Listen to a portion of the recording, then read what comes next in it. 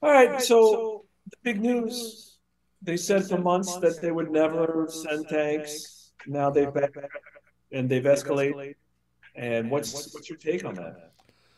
Well, what's more important is what's the take for, I would say, first of all, for the Russian people who are seeing now a wave of tanks coming from Germany.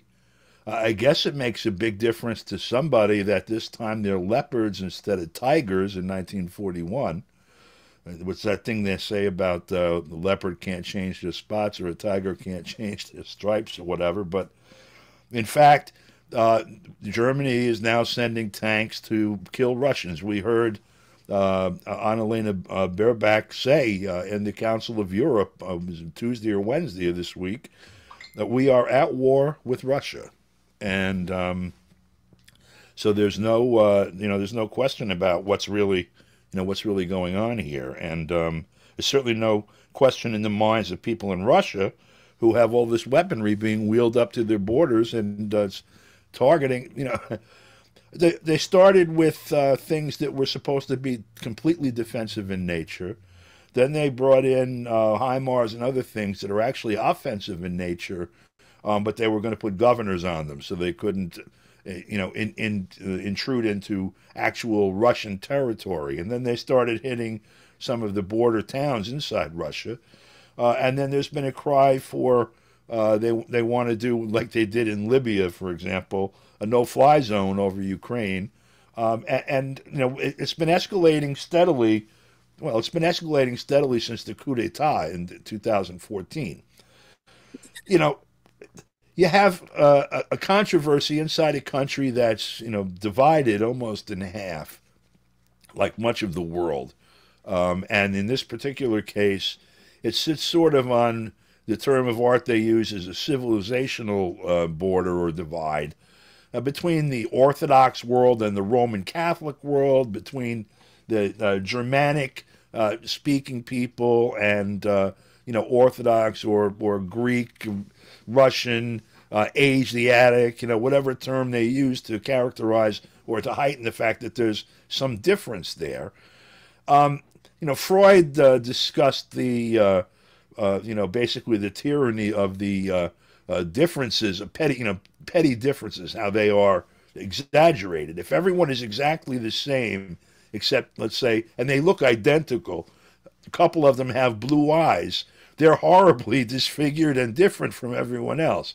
And this is sort of a situation like that where these people have been living together for hundreds and hundreds of years in peace. And outsiders from time to time come in and agitate. And so the agitation began in earnest leading up to the breakup of the Soviet Union. They were working on it. The U.S. was working on this with a lot of money starting in the post-war period, even 1945.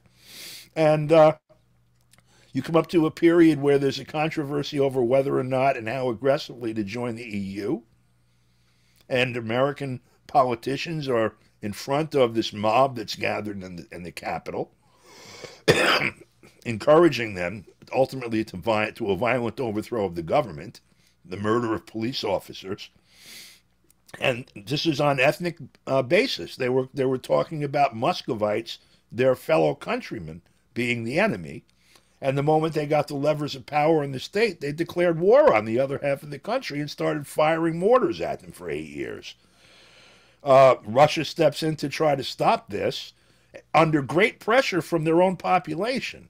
People don't understand without knowing the facts. But if you look at a map, for example, of the election of 2010, which was the last free presidential election in Ukraine, when Viktor Yanukovych won with the Party of Regions, he squeaked out a victory, and they had been going back and forth because the two sides of the country were pretty evenly balanced in voting. You could see all blue on the eastern part of the country, and that was Yanukovych's vote, and all pinkish on the other side. That was the other side's vote. Yanukovych won. They tossed him out. The people in the pinkish red side declared war on the people in the blue side, and the people in the blue side are ethnic Russians. As they're being bombed, The president that is placed in power after the coup d'etat says he's going to make the children grow up in basements because of the bombardments. These Russians who have had relatives for generations on either side of the border, let's remember, 30 years ago, Ukraine and Russia were part of the same nation state. This is like New Jersey and New York having a feud. They're wondering, why is the Russian government allowing these maniacs in Kiev to bomb our families without doing something about it? And finally, when the president of Ukraine, this Ukraine government, the heir to this coup, starts talking wistfully about the days when they had nuclear weapons, the Russian government steps in. From there, the U.S. first is going to defend, then push back, and now they're admitting in the halls of government on television that we are at war with Russia.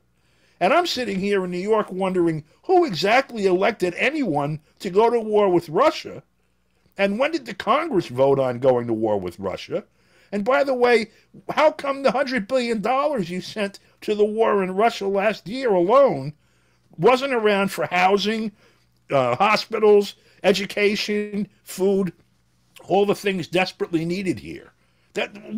I'm watching this thing in an amazement from New York, and I'm wondering what it is exactly that has most of the people here so sedate that they're not in the streets already. Excellent recap. And I totally hear you. I mean, I think that this is something that what you just finished there with, you just don't hear, and that when you do, it's only Republicans that are talking about where is this funding going, and this has been such a Democratic Party war drive, and now that's sort of coming to an end. I sent you what I thought was that interesting poll where they were talking about, that people are more supportive of funding Ukraine if they think that Ukraine is winning.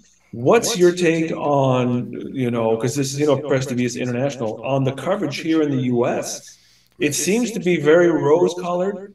And then, for example, it's to kind of, piggyback on this, the day after the big news about the huge corruption scandal in Ukraine, that's when they announced that they were going to send tanks. So it just kind of wiped out that big news story. Do you think that there is this bias? For sure.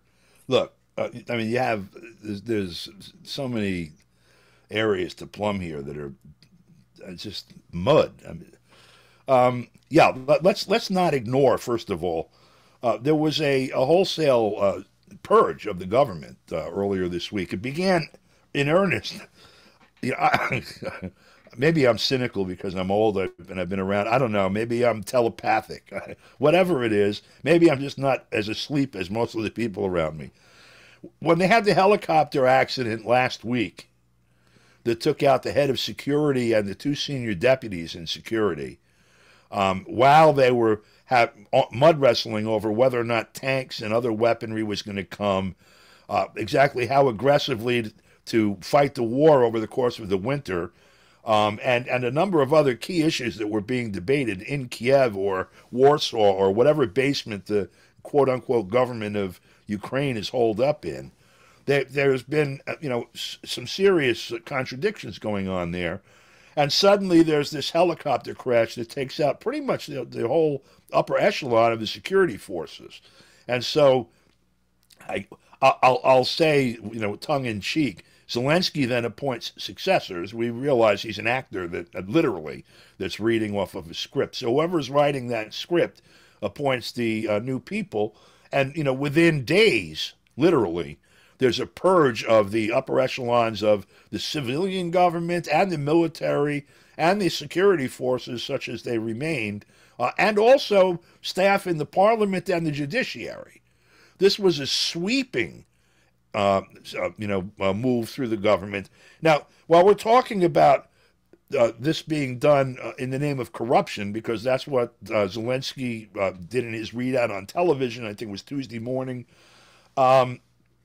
let's remember that the prosecutor general, for example, who was just dumped, that office was at the focal point of another corruption scandal that almost got Donald Trump impeached. It actually got him impeached, almost got him tossed out of office, where in essence, Trump had discovered and reported to the world that this whole thing that had been learned about Hunter Biden having a no-show job on the board of Burisma, a Ukrainian energy company, that this was clearly some kind of a payback for favors that were being granted from Washington, and also billions of dollars that were sent to Ukraine and essentially laundered there.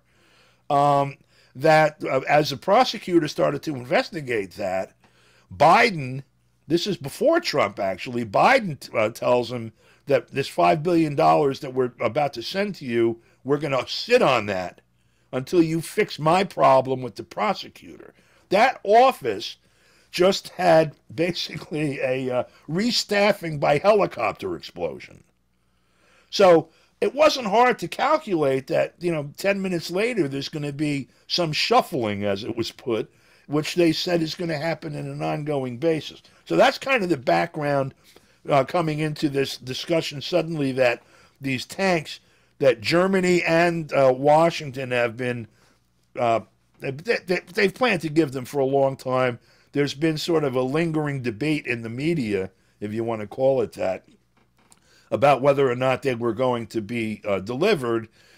Germany saying that they weren't going to go first, and Washington saying, well, we're not sure if we want to do it or not. I don't know what kind of memory people have here regarding the Abrams tank, but it is a joke in terms of its utility in warfare. Even now, it's like a giant Pinto, basically.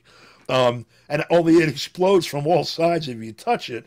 It doesn't work in the mud or in the rain, apparently. And the infrastructure required to support it requires, in essence, that you first conquer the country that you're going to fight in and set up the infrastructure, because it requires an awful lot of support. So the fact that that's going to be, like a whole fleet of tanks, that's a little... it's an indication of, and if they ever get them on the ground in there, because there's also apparently a months-long lag time to train people how to use these things and how to repair them, which I guess is a big part of it. The German tanks are not like that. The German tanks are very useful. And again, people have to understand the fact that in 1941, in Operation Barbarossa, the Nazis invaded the Soviet Union, and over the course of the next 3.5 years, killed 27 million people there. Okay, the 6 million Jews and gypsies and communists that the Germans killed in Europe, in Poland, in Czechoslovakia, Germany, Austria, etc., that's the Holocaust here.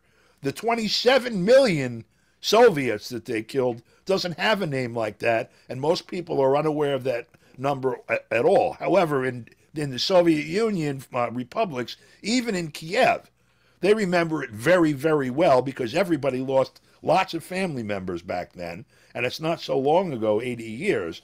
And the ironic thing about the tanks going in now, is that there are still around Russia and in Ukraine and in Belarus and probably still even in the Baltics, parks where the main attraction in the park is a sculpture comprised of the debris of Nazi tanks, Tigers, that were blown up after the invasion, as a part of the invasion, as a part of the repelling of the invasion.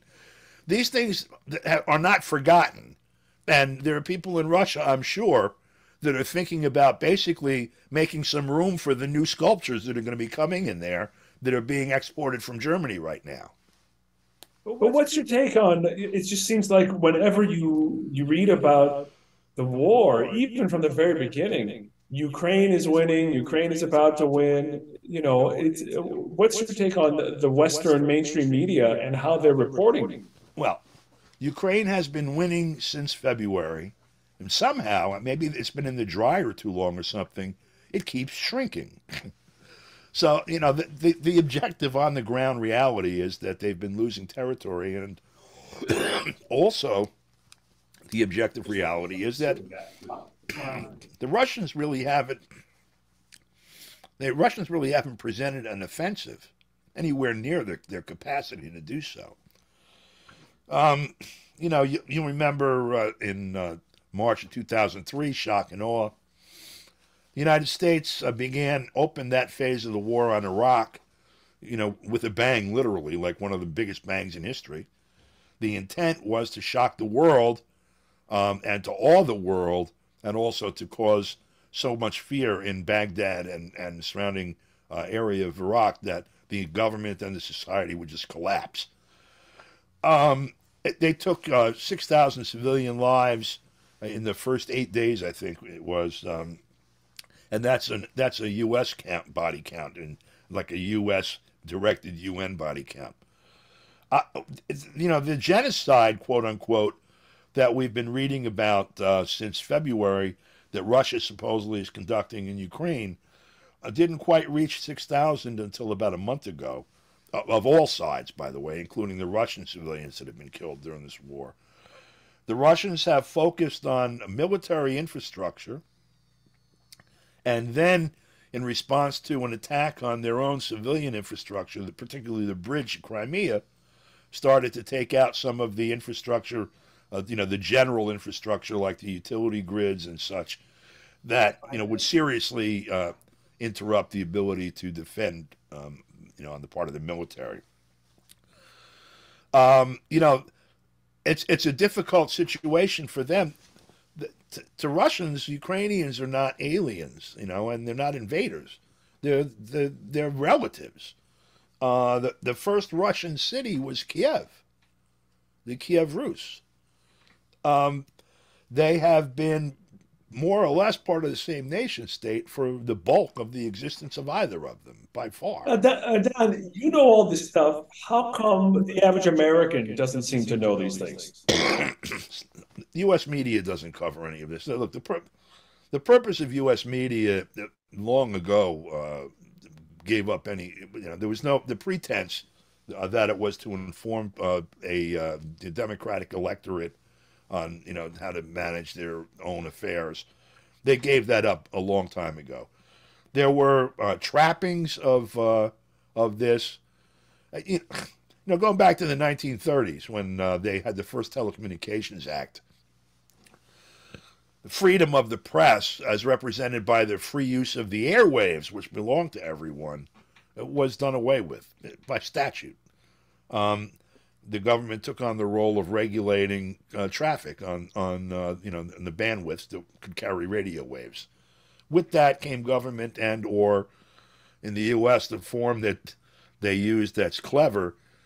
The government doesn't really have power. The government has the trappings of power, but the government is controlled by some very powerful private interests, and they're the ones that have the actual power here.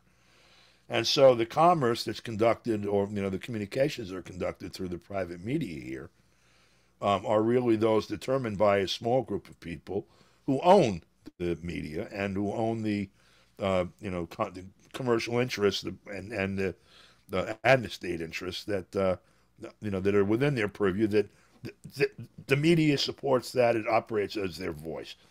There were trappings like the fairness doctrine.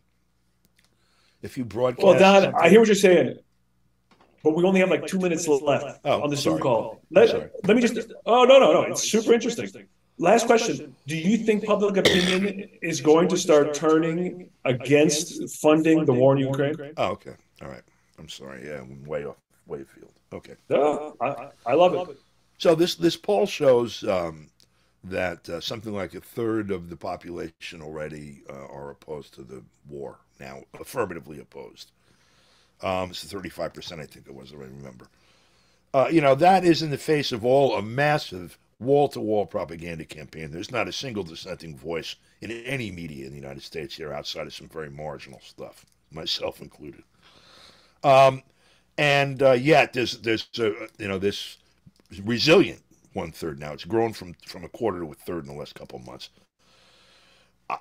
You know, you have to consider also that the poll itself is probably a push poll. I mean, if you look deep in almost any polling now, the questionnaires and the data set itself, it's very slanted. It's intended to provide an outcome that shows a majority, for example, will at least accept the war. It's not reliable if you actually needed to know. That said, certainly, if in the event that the war were to go badly, it would be a lot easier for people that are making the case, why are we sending money over there, if no one could come up with even the vaguest reason that it's being well spent. If we're spending money to protect freedom in Ukraine, what are you sending the money for? Well, protect freedom and it's being successful. Okay, some people will buy that. If it's not being successful, the number of people that will buy that goes down precipitously. And so that's, the happy talk is necessary to make it seem like we're not just opening the window and pouring the money out onto a flame or whatever. I think that the reality of things on the ground at some point in time is going to come, present itself to that contradiction. The problem is that right now, in order to keep getting the money out, the contradiction requires escalation. And escalation carries with it its own dynamic. The Russians have said from the beginning, and anyone who's understood anything about, mutually assured destruction. I hate to cut you off, but we got less than a minute, and I just want to say goodbye. We'll talk about Syria some other time. I'm sorry. I will send you. It's great stuff. I will send you our report, and it's gonna come out great. That's really great stuff. I just want to say thank you, face to face. Hey man, anytime. And if you want to try to do more tomorrow, I didn't know how much time you had either. I'm just going.